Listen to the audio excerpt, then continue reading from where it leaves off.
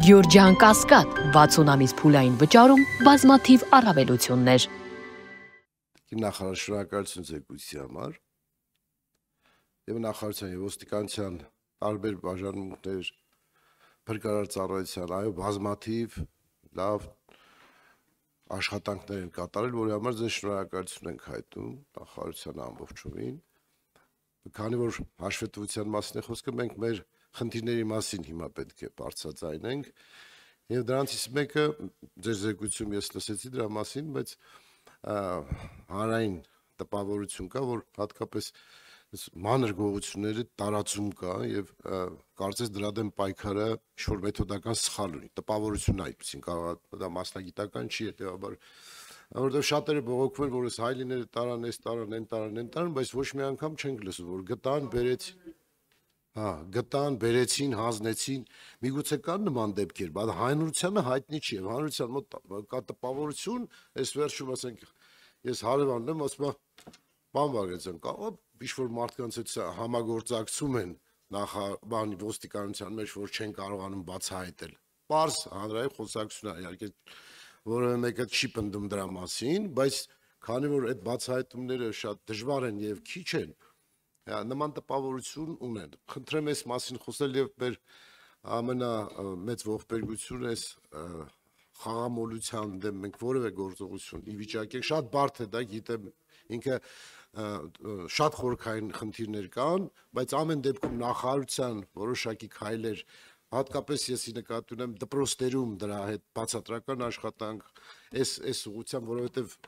իսկապես հասարակություն կարծես այդ ողբերգության ցնցումների մեջ հաճախակի չեն կարողանում, հատկապես երիտասարդներին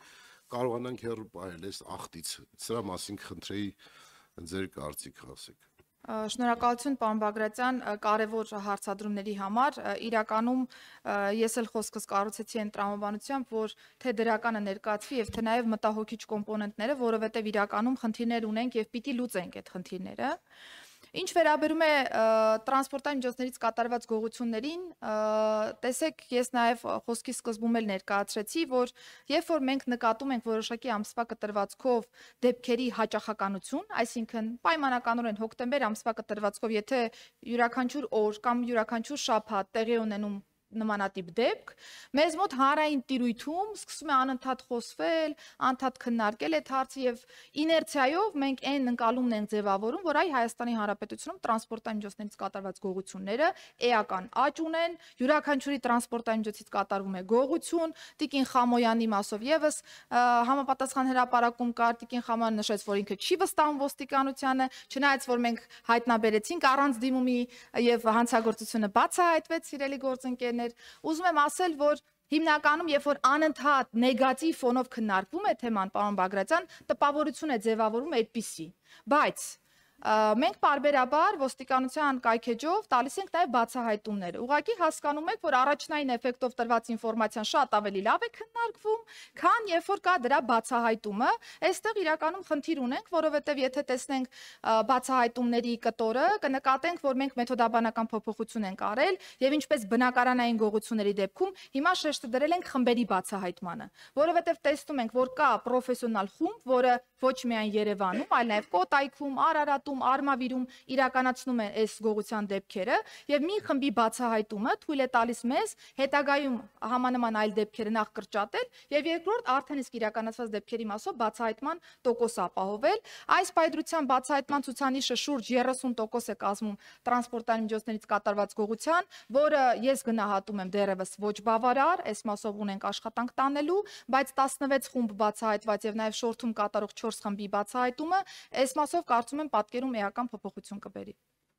Շնորհակալություն Տիկին նախարարի, տպավորություն կա, աշխարհում էլ այդ խնդրեմը կա, հատկապես Միացյալ Նահանգներում, որ նման գողությունները գալիս փոխկապակցվում են ինշուրանս ընկերություններից գումար ստանալու, քաշելու խնդրի հետ։ Ուզում ասեմ, որ այդ երևույթները նաև տեղափոխվել է Հայաստան։